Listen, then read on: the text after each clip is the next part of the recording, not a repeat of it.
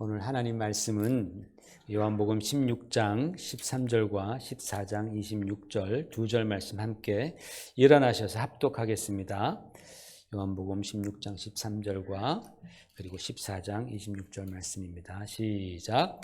그러나 진리의 성령이 오시면 그가 너희를 모든 진리 가운데로 인도하시리니 또 보혜사 곧 아버지께서 내 이름으로 보내실 성령 그가 너에게 모든 것을 가르치고 내가 너에게 말한 모든 것을 생각나게 하시리라. 아멘. 앉으시면서 우리 좌우 앞뒤 옆 사람과 우리 인사하시고 우리 네 감사합니다. 여러분 우리가 지난주 말씀에서 우리 신앙생활이 뭐냐라고 했을 때에 우리 죄인된 우리들이 예수 그리스도의 십자가의 은혜로 말미암아 구원함을 받고 그리고 이제는 하나님의 자녀로서 이 땅에 살아가는 동안에 주님께서 우리에게 본을 보여주신 그 섬김을 통해서 하나님께서 기뻐하실 작품, 믿음의 건축물을 지어가는 것이 바로 우리의 신앙생활이다라고 말씀을 드렸습니다. 사도 바울은 고린도전서 3장에서 우리가 그 믿음의 건축물을 다 세워가는 거예요.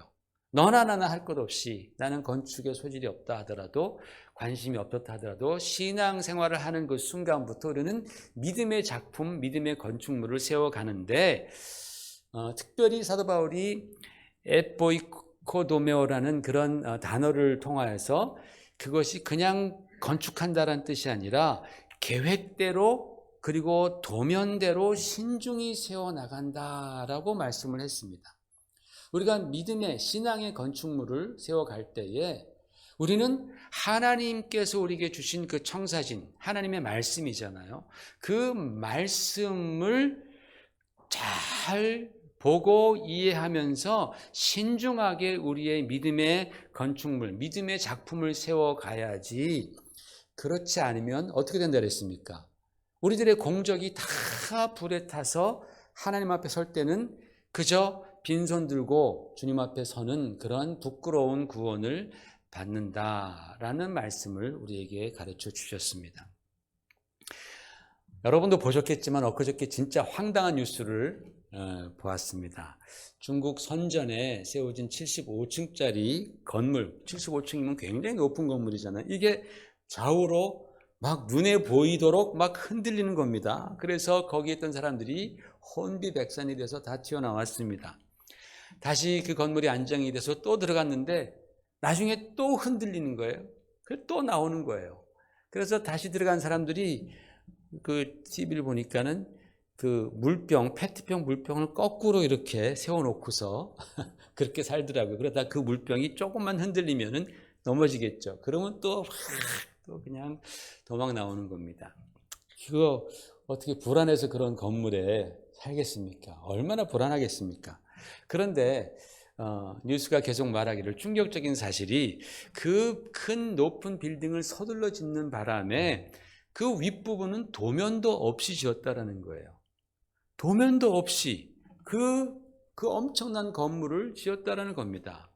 정말로 믿기지 않는 소식이었지만은 정말 중국에서는 그런 일이 일어나는구나 라는 생각을 하지 않을 수가 없었습니다.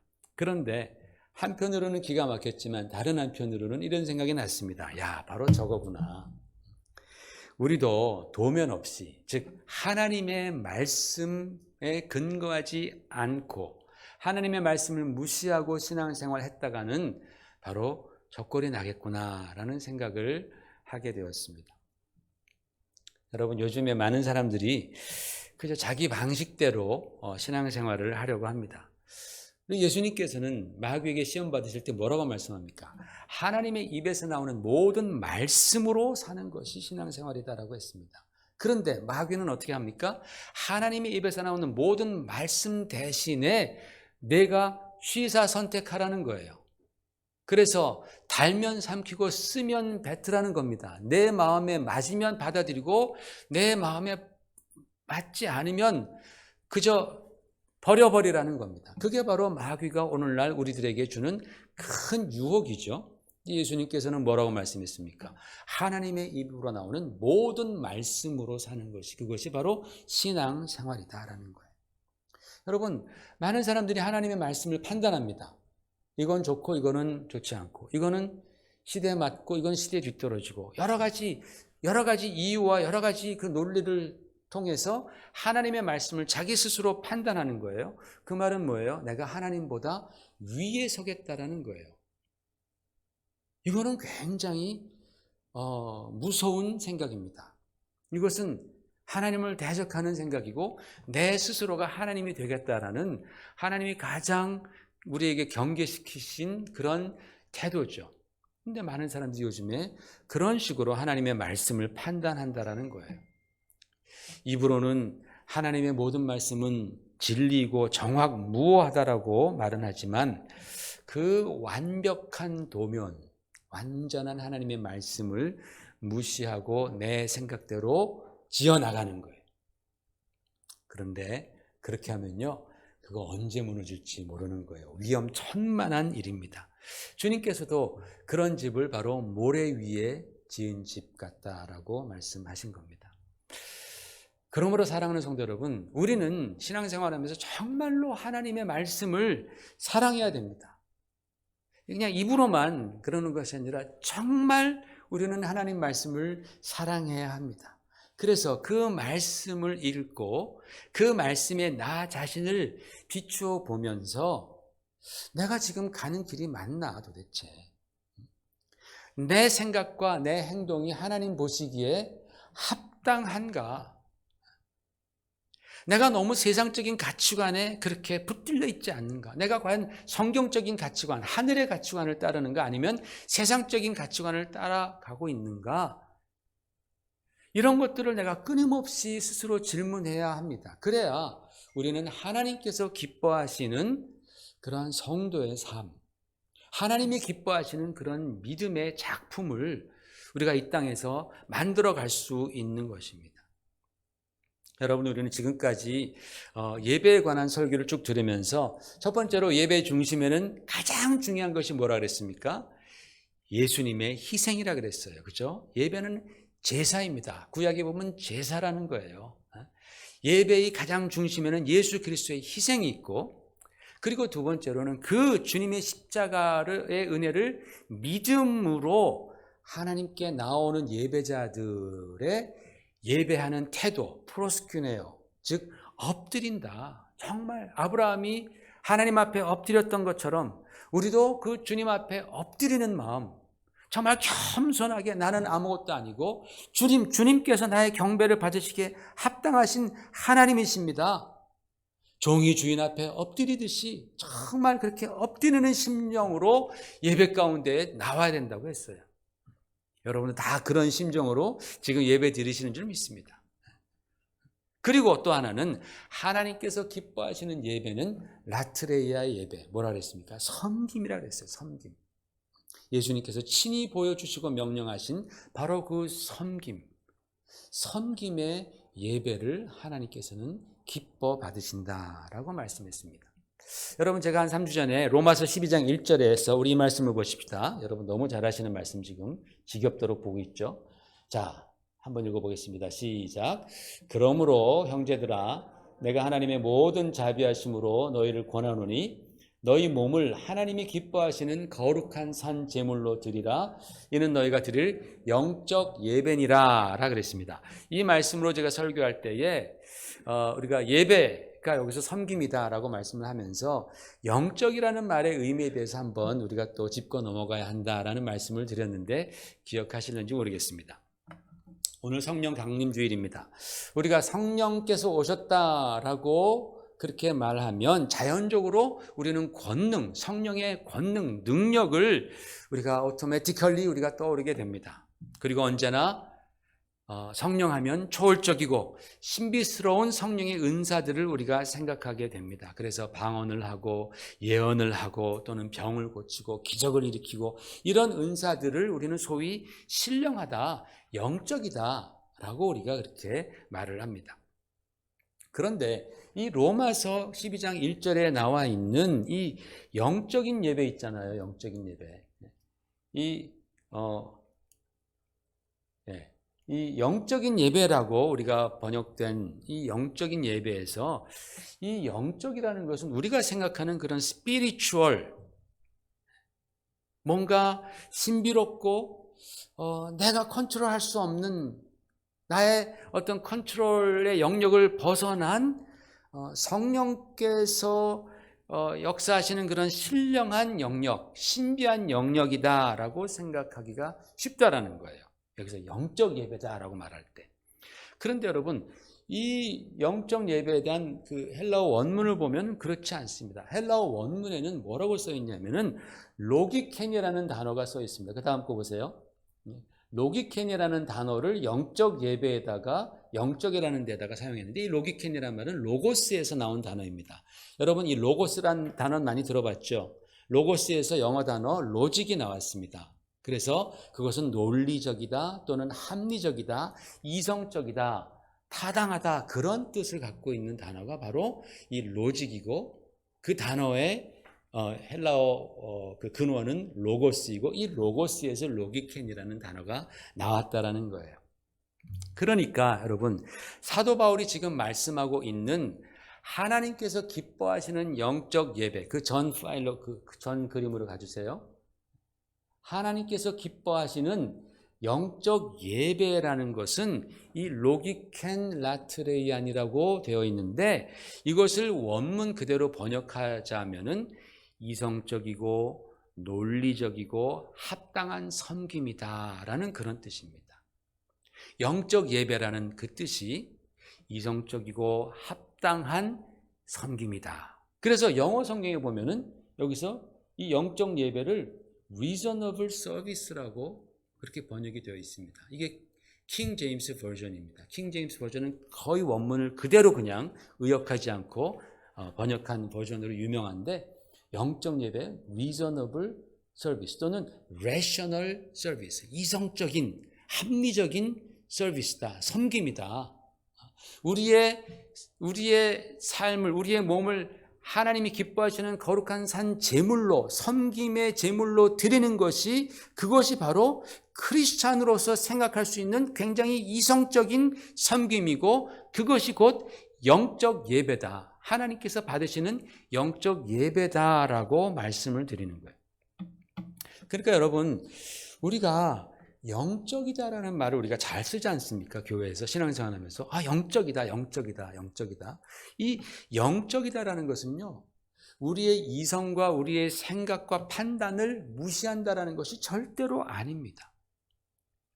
우리가 성령 충만한 것이 바로 스피리추얼한 거잖아요. 영적인 것이잖아요. 우리가 성령 충만하다라고 말할 때에 우리의 이성과 논리와 이런 것들을 다 무시하고 그저 신비스러운 것만 따라가고 내 감정만 따라간다면 그거는 광란이지, 그것은 성령 충만이 될 수가 없다라는 뜻이에요.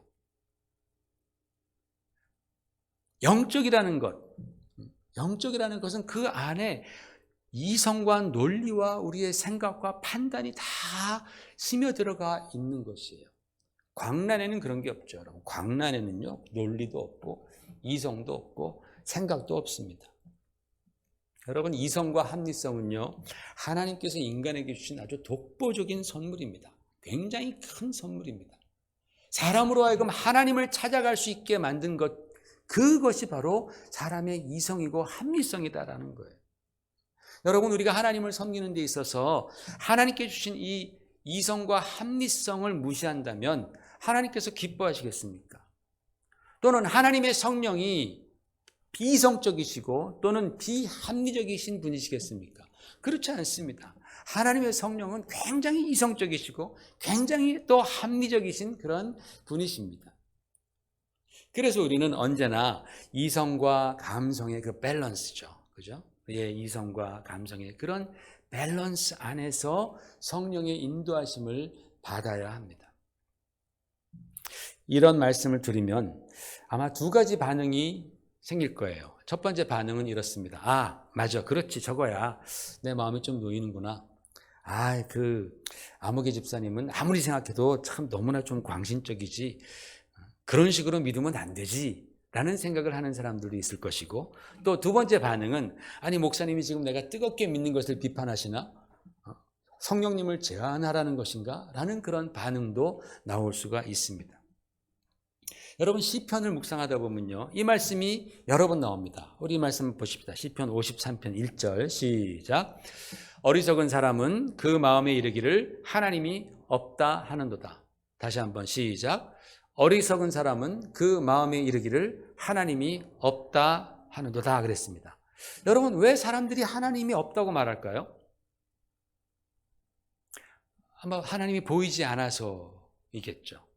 또는 하나님의 존재를 과학적으로 증명하기 힘드니까 하나님이 없다라고 말하겠죠. 또는 탐욕과 세상적 가치에 물들어서 영적인 눈이 멀어 보이면 하나님은 전혀 생각나지 않은 거예요. 또는 죄로 말미암아서 하나님과의 관계가 막혀 있으면 하나님 보이지 않습니다. 하나님 없다고 합니다. 하나님 믿다가도 죄 짓고 죄 짓다 보면 그 죄의 두께가 두꺼워지면 하나님 안 보인다 그러다가 하나님 없어 라고 그렇게 결론을 내버립니다. 즉 하나님이 없다라고 말하는 사람의 입장에서 보면 다 나름대로의 이유가 있다라는 거예요. 이유가 있습니다. 어떻게 보면 타당한 이유가 있는 것 같아요. 여러분 보십시오. 요즘에 유명 대학에 잘 나가는 교수들 보면은 무신론자들이 많습니다. 대부분 하나님 존재를 인정하지 않습니다. 믿지 않는 것이 아니라 아예 무신론자, 에이티스트들이 굉장히 많다라는 거예요. 과학이 얼마나 이성적이고 논리적입니까? 그런데 그 과학자들 중에서 예수 안 믿고 하나님 안 믿는 사람들이 천지수두룩합니다. 우리가 만약에 그런 분들을 비이성적이고 비합리적이라고 말한다면 지나가던 소가 웃겠죠. 그러면서 오히려 야, 당신이 너희가 보이지 않는 하나님을 믿고 과학적으로도 증명할 수 없는 그 하나님이 계시다고 하는 너네들이 바로 비이성적이고 비합리적이다라고 그렇게 말을 하겠죠. 그렇게 말을 합니다. 그런데 성경은 몇 번씩이나 어리석은 자는 그 마음에 이르기를 하나님이 없다 하는도다라고 분명히 말하고 있는 거예요. 여기서 어리석은 자에 해당하는 히브리어가 나발입니다. 여러분, 나발. 여러분 성경에서 어리석은 사람의 대표하면 떠오르는 사람이 있을 것 같습니다. 혹시 다윗의 아내 아비가일의 전 남편을 여러분 기억합니까? 아비가일이라는 아주 현명한 아내의 전 남편. 그 사람은요, 수천 마리의 양과 염소를 가지고 있었던 심히 큰 부자라고 성경은 말하고 있습니다. 지금은 말하자면은 큰 방직공장의 회장님입니다. 그 양에서 나오는 양털을 깎아가지고 실을 만들고 그것을 팔고 굉장히 아주 큰 사업을 했던 사람입니다. 그런데 그가 어리석게도 다윗을 업신여기고 무시했다가 하나님께 저주를 받아 죽고 맙니다. 그 사람의 이름이 뭐예요? 그 사람의 이름이 바로 나발입니다. 나발. 이 나발이라는 단어는 히브리어로 스투피드란 뜻이에요. 스투피드하다, 아주 어리석다, 또는 이성이 없다, 또는 제정신이 아니다, 정신 나갔다라는 뜻이 바로 나발입니다. 여기 어리석은 자는이라고 말할 때 나발이라는 단어를 사용합니다. 근데 여러분 생각해 보십시오. 이 나발이라는 사람이 그렇게 성경이 인정할 정도로 심히 큰 부자가 될 수 있었던 것은 그가 세상적으로 말하자면 매우 이성적이고 매우 지혜롭게 사업을 운영했기 때문에 그렇습니다. 그냥 자연스럽게 된 게 아닙니다. 나름대로의 노하우가 있는 거예요. 그래서 경제적인 개념을 갖고 있었고 동물을 잘 관리하고 관찰하면서 그 동물들을 계속해서 이제 그 동물들의 숫자가 계속 증폭될 수 있도록 동물들을 잘 알았던 사람입니다. 자기들의 종들, 사람들을 부를 수 있는 그런 능력도 있었고, 그리고 그것을 이제 재화로, 돈으로 바꿀 수 있는 그런 능력이 있었던 그런 사람입니다. 노하우가 있었던 사람, 그러니까 돈을 벌죠. 그런데 그가 하나님의 뜻에 대해서는 무지했던 거예요. 하나님의 뜻에 대해서는 전혀 무지하고 하나님의 사람 다윗을 대적하자 하나님이 그를 벌하셨습니다. 사무엘상 25장에 보면 그 이야기가 쭉 나와 있습니다. 그가 세상적으로 볼 때는 굉장히 지혜롭고 똑똑하고 능력 있었지만 하나님의 말씀을 모를 때에, 하나님의 뜻을 모를 때 그는 나발, 스투피드한 거예요. 그는 제정신이 아닌 거예요. 논리적이 아닌 거예요. 여러분, 요즘에 아무리 세상에서 존경받는 과학자, 교수라고 해도 그가 만일에 하나님의 말씀을 무시하고 하나님의 뜻을 알지 못한 채 살아가면서 천국도 없고 지옥도 없으니 내 인생 죽음은 그만이니 그저 이 이생만 충실하게 살면 된다라는 식으로 말한다면 그는 굉장히 스투피드하다라는 나발이라는 거죠. 굉장히 어리석으며 비이성적인 것이다 라고 성경은 말씀하고 있는 거예요. 왜냐하면 영원한 진리의 말씀을 모르기 때문에 그래요.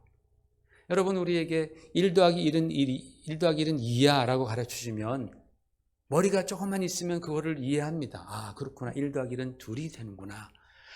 아무리 가르쳐줘도 몰라. 아무리 보여줘도 그걸 몰라요. 그럼 뭐라 그럽니까? 아이고, 얘는 진짜 천재다.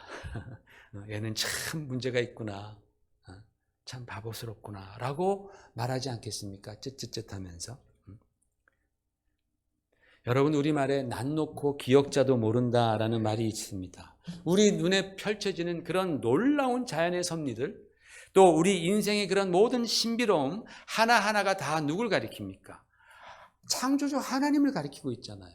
정말로 우리가 이런 것들을 삼라만상을 볼 때에 그 끝없는 우주를 우리가 이제는 볼 수 있잖아요. 여러분, 한번 유튜브 같은 데서 그 우주, 그 허블 망원경이 이제는 은퇴했지만은 그 허블 망원경이 그동안 찍었던 그 우주의 그 딥 유니버스를 한번 보세요. 얼마나 놀라운가? 상상할 수 없을 정도로 놀라운 우주.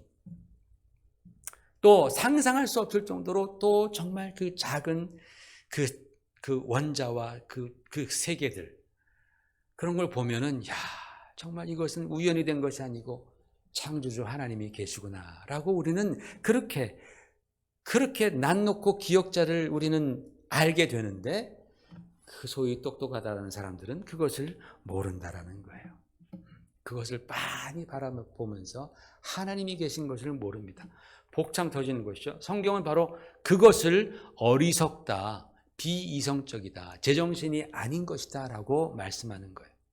제가 여러분 무슨 말씀을 드리려고 하는가 하면은, 성경이 말하고 있는 이성적이고 합리적이다라는 단어는 우리가 생각하는 과학적으로 분석적으로 그렇게 타당해서 이성적이고 합리적이다라는 뜻과는 매우 큰 차이가 있다라는 거예요. 성경이 말하는 어리석다라는 것도 세상이 말하는 어리석다라는 것과는 굉장히 큰 차이가 있습니다. 성경이 말하고 있는 지혜와 총명과 이성과 합리성은 하나님의 말씀을 믿고 깨닫는 것에 달려 있습니다. 그래서 그 과학자들이 우주의 근원을 알기 위해서 얼마나 많이 노력하고 연구합니까? 근데 성경은 이 천지를 하나님께서 말씀으로 창조하셨다라고 가르칩니다. 여러분, 우리가 이 말씀을 믿고 깨달아지면 우리는 성경이 볼 때 굉장히 이성적인 사람이 되는 거예요. 성경은 인간이 죄로 말미암아서 타락했고 그 죄에서 씻음받기 위해서 하나님께서 보내주신 예수 그리스도의 그 십자가의 대속의 은혜를 믿으면 구원받는다, 그 죄가 씻음받는다라는 그 성경의 가르침을 내가 믿고 깨달으면 우리는 굉장히 지혜로운 사람이고 아주 합리적인 사람이 된다라는 거예요. 성경은 죽음 후에 죄에 대한 심판이 있고 그에 따라서 영원한 천국에 가든지 아니면 영원한 지옥에 가게 될 것이다라고 말씀하고 있습니다. 이것을 믿고 깨달아 우리가 이 땅에 살면서 정말 예수님 믿고 의지하면서 선한 일을 하고 섬기며 살아가는 사람들이 논리적인 사람이다, 제정신인 사람이다라는 거예요. 그렇지 않은 사람들은 비논리적이고 제정신이 아는 그런 어리석은 사람이다라고 말하는 겁니다. 여러분, 초등학교도 제대로 나오지 못한 분이라 해도 성경을 믿고 깨달아 그 말씀대로 사는 사람들이 있는가 하면, 공부 많이 해서 석박사 몇 개씩 갖고 있으면서도 하나님의 말씀을 깨닫지 못하고 하나님을 대적하고 내가 스스로 하나님 되어서 교만하게 자기만을 위해서 살아가는 그런 사람들이 있습니다. 과연 누가 지혜롭고 과연 누가 이성적이고 누가 합리적인 삶을 살아가는 것입니까? 우리는 다 하나님의 형상으로 지음받았습니다. 하나님의 형상으로 지음받은 인간에게 있어서 가장 합리적이고 그리고 이성적이고 영적인 삶은 하나님의 말씀을 기준 삼아 살아가는 삶이고 그 말씀의 근거에서 신앙생활하고 예배드리는 그런 삶이 가장 합리적인 사람이라는 거예요. 그게 바로 이 아까 우리가 보았던 그 영적 예배니라 할 때 그 영적이라는 reasonable이라는 바로 그 단어의 뜻입니다.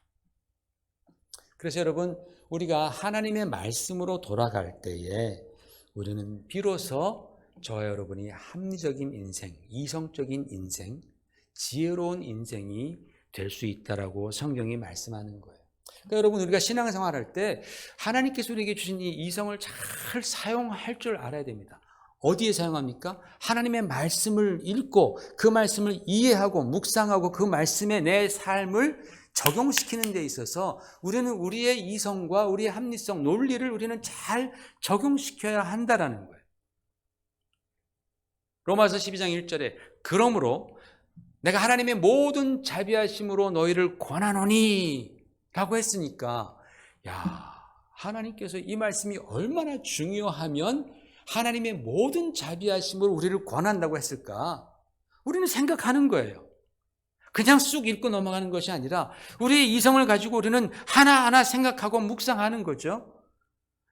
그렇게 하나님께서 권면했으니 내가 그 권면을 따라서 하나님께서 기뻐하시는 거룩한 산 제물로 내 몸을 드리는 것, 즉 섬기는 것, 이 섬김을 우리가 언제나 생각하는 거예요. 얼마나 이것이 중요했으면 주님께서도 섬기셨고 주님께서도 우리의 발을 닦아주시고 주님께서도 섬기라고 하셨는가 생각하는 거죠. 우리의 이성을 가지고. 그러면서 그렇게 섬기는 것이 나에게 얼마나 큰 유익이 있고 공동체에 얼마나 큰 유익이 있고 하나님이 얼마나 크게 기뻐하시는 일인지를 우리가 생각하고 묵상한 이후에 이것이 바로 그리스도인의 신앙에 있어서 중요한 것이구나, 핵심이구나, 주님께서 우리에게 가르치신 말씀이구나, 이것을 깨닫고 우리의 삶과 신앙에 적용한다면 그게 바로 하나님께서 기뻐하시는 영적인 예배, reasonable service of worship 이라고 번역이 되어 있는, 그것이 바로 하나님이 기뻐하시는 영적인 예배다라는 거예요. 영적인 예배. 그런데 만일 우리가 예수를 믿는다고 하면서도 우리 성경에 나와 있는 그 십자가의 도에 대해서 깊이 있는 묵상이 없어요. 주님의 섬김에 관해서도 그것에 대해서 어떤 별 관심도 없고 그저 우리는 항상 내 유익에만 매달리고 내 축복에만 매달린다면 우리 하나님께서 뭐라고 생각하시겠습니까? 넌 진짜 생각 없이 믿는구나. 하나님 말씀을 좀 읽어보렴. 하나님 말씀이 뭐를 말씀하고 있는지 한번 좀 논리적으로 따져보렴. 그냥 그렇게 무대뽀로 믿지 말고 생각 없이 믿지 말고 한번 내가 이성적으로 그 말씀을 잘 읽으면서 그 말씀을 한번 적용시켜 보렴. 그게 바로 영적 예배라는 거야. 그게 바로 영적 예배. 그게 바로 하나님께서 받으시는 영적 예배라고 지금 사도 바울은 말씀하고 있습니다. 제가 좋아하는 말씀인데 시편 119편 130절 말씀입니다. 같이 읽어보십시다. 시작. 주의 말씀을 열면 빛이 빛이여 우둔한 사람을 깨닫게 하나이다 그랬습니다. 저는 참 우둔한 사람 같아요. 저는 항상 그런 생각을 많이 합니다. 나는 왜 이렇게 우둔할까? 난 지혜가 참 없구나. 그런 생각을 많이 합니다. 그런데 그건 그거고 하나님의 말씀이 이렇게 말씀하니까 기쁜 거예요. 반가운 거예요. 우둔한 사람들을 깨닫게 해주는 것이 주님의 말씀이구나. 내가 아무리 우둔하고 내가 아무리 어리석어도 주님의 말씀을 열면 거기에서 빛이 빛이여 우둔한 사람을 깨닫게 하는구나. 여호와의 도는 완전하여 우둔한 사람을 깨닫게 하고 라고 또 성경은 말씀하고 있습니다. 얼마나 귀한 말씀입니까, 여러분? 그렇죠? 우리 다 어리석고 아둔한데 우리가 하나님의 말씀을 열면 거기서 빛이 임하여서 우리가 깨닫게 되고 우리가 지혜로운 사람이 된다니, 이게 얼마나 굿 뉴스입니까? 우리 믿는 사람들에게 있어서. 하나님 말씀을 사랑하는 사람이 되라는 겁니다. 여러분, 도면 없는 건축이 말도 안 되잖아요. 도면 없이 건축한다는 거, 그거 기가 막힌 일 아닙니까? 위험천만한 일 아닙니까? 누가 그런 건물을 좋아하겠습니까? 마찬가지로 주의 말씀 없는 신앙 역시 영적이지 않은 거예요. 아무리 우리가 기도를 많이 한다 할지라도 주님의 말씀 없는 신앙 영적이지 않습니다. 위험천만한 신앙입니다. 오늘 본문 말씀에서 우리 예수님께서는 우리를 주의 진리의 말씀으로 인도하시기 위해서 성령님을 보내신다고 말씀했습니다. 여러분, 성령께서 이 땅에 오신 목적은 뭐냐? 우리를 진리의 말씀 가운데로 인도하기 위해서 오신 거예요. 첫 번째가 그거예요. 나로 하여금 내가 그 말씀을 주신 예수 그리스도께서 나를 인도해 주시고 그 말씀을 깨닫게 하시기 위해서 주님께서는 우리에게 성령을 보내주셨습니다. 따라서 성령 충만한 사람들은 언제나 하나님의 말씀으로 인도함을 받는 거예요. 성령은 하나님의 말씀 안에서 역사하시는 거예요. 성령은 하나님의 말씀의 그 바운더리 안에서 역사하실 때에, 그때에 파워가 있고 그때에 secure, 안전함이 있다라고 성경은 가르치는 거예요. 여러분, 그래서 우리가 이 성령 강림주의를 맞아서, 제가 성령에 대해서 많이 말씀을 못 드렸지만은, 그러나 성령께서 오셔서 하시는 일이 뭐냐? 우리로 하여금 하나님의 말씀으로 우리를 이끌어가는 것. 그래서 성령 충만한 삶이 곧 말씀 충만한 삶이요. 말씀 충만하기 위해서는 우리가 합리적인, 성경에서 볼 때에 합리적이고 이성적인 사람이 되어야 된다는 거예요. 그 하나님의 말씀을 우리가 따져보면서, 주님께서 이렇게 말씀하셨구나. 그런데 나는 이렇게 살지 못하는구나. 내가 고쳐야지. 이게 성령 충만한 거예요. 이게 바로 성령의 인도하심을 받는 거예요. 주님께서는 이렇게 말씀하셨는데 나는 지금 이렇게 못 살고 있으니 내가 회개해야지. 회개하는 것, 그게 바로 성령 충만한 거예요. 그게 바로 성경이 볼 때는 합리적인 사람이다라는 거예요. 영적인 사람이다라는 거예요. 그렇게 하나님께서 기뻐하시는 영적인 예배를 드리시는 여러분 되시기를 주의 이름으로 축원을 드립니다. 우리 같이 기도하십시다. 오늘 말씀 들으면서 여러분이 깨달은 말씀이 있다면 그 말씀 붙드십시오. 그리고 주님께 또 달라고 간절히 기도하십시오. 그래서 나를 한 주간 동안도 주님의 말씀으로 인도해 달라고, 말씀을 읽을 때 그냥 허투루 건성으로 읽지 않고 그 말씀 하나하나가 나에게 빛으로 임할 수 있도록, 주의 말씀을 열 때 빛이 임하여 우둔한 자를 깨닫게 한다라고 말씀했습니다. 성령이 임하시면 곧 우리를 주님의 말씀으로 인도하기 위해서라고 주님께서는 말씀하여 주셨습니다. 주여, 나에게 바로 그러한 영감이 있게 하여 주시옵소서. 그런 영적 예배가 매일매일 있게 하여 주시옵소서. 주의 말씀을 열 때 빛이 임하게 해달라고 이 시간에 다 같이 한 목소리로 간절하게, 주님, 나에게 성령 충만하여 주의 말씀 충만할 수 있도록, 말씀 충만하여 내가 정말 이성적으로 주님의 말씀을 깨달을 수 있도록, 그리고 행할 수 있도록 도와달라고 함께 간절히 기도하십시다. 주님께서 오늘도 우리에게 귀한 말씀을 주시니 감사합니다. 아버지 하나님, 우리가 주님 신앙생활할 때 주님의 말씀 붙들게 하여 주시옵소서. 성령 충만이 곧 말씀 충만임을 배웁니다. 하나님 아버지, 내 생각대로 신앙생활하는 그러한 어리석은 자가 되는 것이 아니고, 아버지 하나님, 주님의 말씀, 그 말씀을 따라가는 그러한 믿음의 사람 되도록 주여 도와주시옵소서. 주님, 성령께서 역사하실 때에 우리가 주님의 말씀을 열 때에 빛이 임할 줄 믿습니다. 말씀을 깨달을 수 있는 지혜와 총명을 우리에게 허락하여 주셔서, 주님, 우리가 세상에서는 좀 어리석어 보일지라도 하나님의 말씀 앞에서는 지혜로운 자가 되게 하여 주시고, 총명한 자가 되게 하여 주시고, 말씀에 순종하여 하나님께 기쁨을 드리는 그러한 영적 예배자들 다 되게 하여 주시옵소서. 예수님 이름으로 간절히 기도 올려옵나이다. 아멘. 우리 다